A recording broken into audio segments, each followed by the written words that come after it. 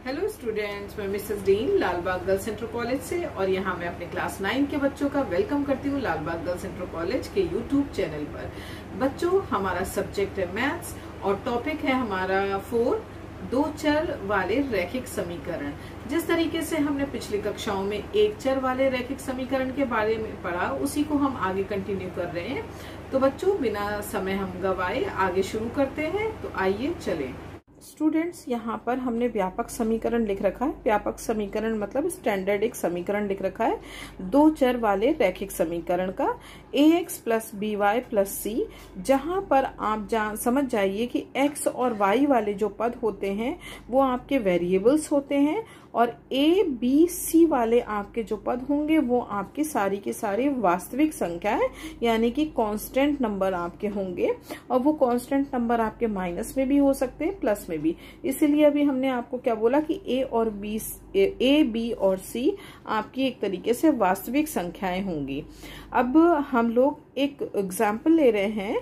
जैसे मान लीजिए हमने एक आपके सामने समीकरण उठाया 2x minus y is equal to 7, या हम इसी को ऐसे भी लिख सकते हैं 2x minus y minus 7 is equal to 0। ये इधर का जो 7 था हमारा राइट हैंड साइड का, जब हम लेफ्ट हैंड साइड में लेकर आए तो प्लस का क्या हो गया, माइनस में। तो इस तरीके से हम क्या देखते हैं कि x और y यानी कि आपके पूरे जो दो ये आपकी वेरिएबल्स है, तो और बाकी जो 2 और 7 हमें दिखाई दे रहे हैं, ये हमारे क्या हो गए, आपके वास्तविक संख्याएं हो गई। तो इस तरीके से जो बना हुआ समीकरण हो गया वो हमारा कहलाएगा दो चर वाला रैखिक समीकरण।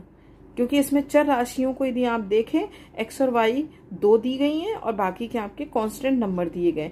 जैसे कि हम पुराने अध्याय यानी लेसन में हम पढ़ चुके हैं कि किसी भी राशि के जो गुणांक होते हैं वो क्या होते हैं। अब जैसे यहाँ पर हम x का गुणांक देखें तो आप सभी को समझ लग रहा होगा कि x का गुणांक 2 है, और यदि y का गुणांक देखें तो यहाँ पर बच्चे थोड़ा सा कंफ्यूज हो जाते हैं, 1 बोलते हैं, जबकि 1 नहीं, इसको -1 बोलेंगे।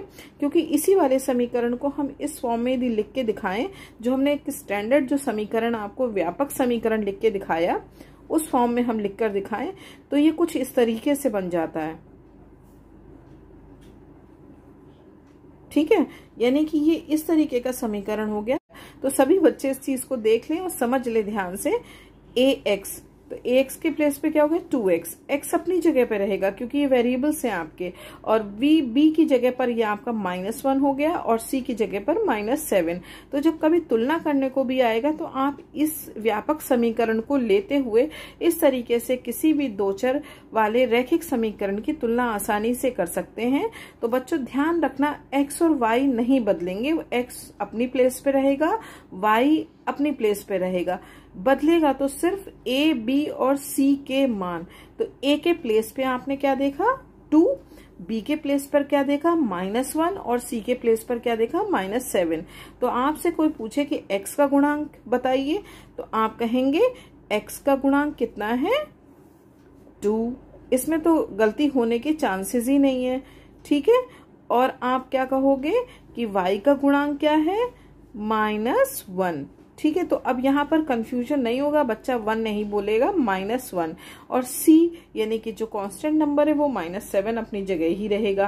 तो इस तरीके से हम बड़ी आसानी से किसी भी दिए गए समीकरण के गुणांक भी बता सकते हैं। और इसी को कंटिन्यू करते हुए हम आपसे कहें कि जैसे मान लीजिए आपको एक नया समीकरण दिया है 4 is equal to 5x minus 3y।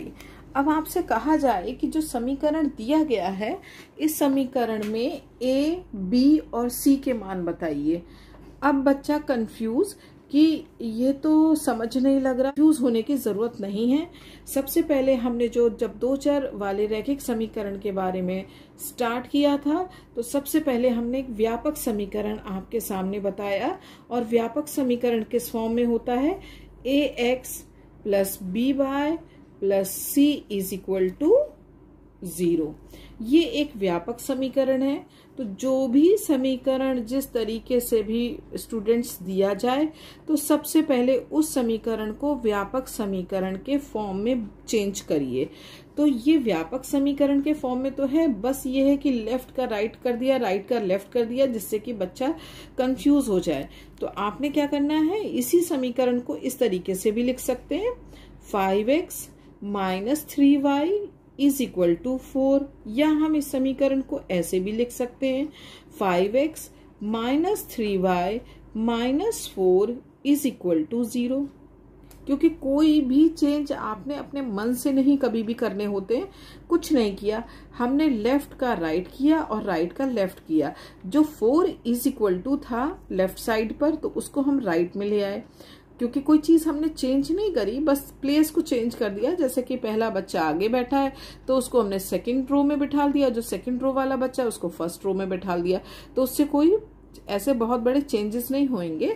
तो वही क्या कि दिए गए समीकरण को लेफ्ट से राइट और राइट से लेफ्ट किया। फिर जो कांस्टेंट नंबर था, जो 4 था, उसको भी हम राइट से लेफ्ट में ले आए। तो जब भी हम किसी भी अंक को, या मतलब है कहने का मतलब है किसी भी वेरिएबल्स को या किसी भी कांस्टेंट नंबर को, जैसे कि 4 या x या y वाले पदों का पक्षांतर करते हैं तो चिन्ह के साथ करते हैं। प्लस का होगा तो माइनस में हो जाएगा, माइनस का होता तो प्लस में। ये प्लस का 4 है, इसलिए पक्षांतर किया राइट से लेफ्ट में तो माइनस हो गया। अब ये व्यापक समीकरण के फॉर्म में आ गया, लेकिन इसको थोड़ा सा और अच्छा बना ले, क्योंकि व्यापक समीकरण हमारी प्लस के फॉर्म में होती है। सो हम इसे इस तरीके से भी लिख सकते हैं, जैसा कि अभी हमने आपको बताया था, बिल्कुल वैसे ही, कुछ नहीं चेंज करना है, सिर्फ उसको थोड़ा सा कहते हैं ना कि खूबसूरत बना देना है। 5x रहा, प्लस हो गया, क्योंकि प्लस माइनस क्या होता है, माइनस ही होता है, सेम, ठीक है ना। ऐसे यहाँ पर किया, प्लस माइनस माइनस ही होता है। सो -3 अपनी जगह रहेगा, y भी अपनी जगह रहेगा और -4 भी अपनी जगह रहेगा। अब हम क्या करेंगे, दिए गए समीकरण को व्यापक समीकरण से तुलना करेंगे। सो हम यहाँ लिखेंगे कि तुलना करने पर, क्योंकि क्या कहा अभी सवाल में कि कोई भी समीकरण को दिया जाए तो उसमें a, b, c की वैल्यू निकालिए। तो दिया गया समीकरण था एक्चुअल में 4 is equal to 5x minus 3y। हमने उसको एक व्यापक समीकरण के रूप में चेंज करा। वो किस तरीके से किया, 5x plus minus 3y plus minus 4 is equal to 0। Plus minus करने पर वो चिन्ह वही रहेगा माइनस, क्योंकि हम जानते हैं कि मल्टीप्लाई करते हैं जब प्लस को माइनस से तो माइनस ही रहता है। अब हम तुलना कर लेंगे व्यापक समीकरण से, तो यहाँ पर पूरा लिखेंगे आप लोग, व्यापक समीकरण से तुलना करने पर। अब जब तुलना करेंगे तो देखिए क्या, अभी हमने बोला कि x नहीं चेंज होता, x अपनी जगह पर है। आप देखो a के प्लेस पे क्या है, तो हमने देखा a की प्लेस पर है 5 और b की प्लेस पर क्या है, बिल्कुल सही, क्योंकि देखिए प्लस प्लस अपनी जगह है, y है। सिर्फ आप देखो, फोकस करो, b की प्लेस पर है -3, तो क्या हो जाएगा, b का मान -3, और c की प्लेस पर आप यदि देखें तो क्या है, पूरा का पूरा -4। तो इस तरीके से हम दिए गए 2 चर वाले रैखिक समीकरण से व्यापक समीकरण के द्वारा तुलना करने पर a, b और c के मान निकाल सकते हैं। अब हम देखेंगे 2 चर वाले समीकरण के रूप में व्यक्त करना। कोई इस तरीके से क्वेश्चन दे दे कि सिर्फ इस तरीके से, जैसे मान लीजिए एक उदाहरण लिया, ऐसे बहुत सारे उदाहरण हो सकते हैं। ये यदि हम ध्यान दें या दिमाग अपना लगाएं थोड़ा सा, तो हम ये देखते हैं कि जो 2x इज इक्वल टू 3 दिया गया है क्वेश्चन, ये एक चर वाला रैखिक समीकरण है। एक चर वाला क्यों है, क्योंकि यहाँ पर सिर्फ और सिर्फ एक चर राशि दिखाई दे रही है, और वो एक चर राशि है x। ठीक है, 2 चर वाले होते तो हमें 2 चर राशियां दिखाई देती, यानी कि x या y के रूप में, या p या q के रूप में, या m या n के रूप में, जो भी है व्हाटएवर। तो यहाँ पर हमें सिर्फ एक और एक चर दिखाई दे रहा है, इसलिए जो दिया गया समीकरण है वो एक चर वाला रैखिक समीकरण है। तो इसको यदि हम थोड़ा सा और अच्छा लिख सकते हैं तो ये भी लिख सकते हैं 2x minus 3 is equal to 0, क्योंकि हम ये राइट हैंड साइड से जब 3 लेफ्ट हैंड साइड में पक्षांतर कर रहे हैं तो प्लस प्लस का इधर है तो इधर आते ही किस में हो जाएगा, माइनस में। अब वो बोल रहा है आपसे कि जो दिया गया समीकरण है उसको दो चर वाले समीकरण के रूप में व्यक्त कीजिए। तो अब दो चर वाले में कैसे व्यक्त करें, एक चर में तो है, दो चर में यदि आप अपने दिमाग में जोर थोड़ा सा डालें तो हमारा जो दो चर वाला रैखिक समीकरण होता है वो होता है ax plus B Y plus c is equal to 0। यहाँ पर दो चर हो गए ना, x और y के रूप में, लेकिन यहाँ पर x का तो है, ध्यान दीजिए तो दिख रहा है कि y वाला पद नहीं है, तो कोई प्रॉब्लम नहीं है, हम इसे लगा सकते हैं अपने मन से। इस तरीके से लगाएंगे कि हमारी कहते हैं ना बात भी ना बिगड़े और बात भी हो जाए। तो चलिए बात ही कर लेते हैं, कैसे, 2x, चूंकि y वाला पद नहीं है तो कोई बात नहीं, प्लस अपनी जगह रहेगा, क्योंकि b वाला कोई नंबर ही नहीं है। जब नंबर नहीं है तो अपने मन से तो हम कोई नंबर ही नहीं ले सकते, क्योंकि मैथ्स का ये एक थंब रूल है कि अपने मन से कोई काम नहीं कर सकते, और करेंगे भी तो इस तरीके से करेंगे कि वही वाली बात है ना कि बात भी हो जाए और बात भी ना बिगड़े।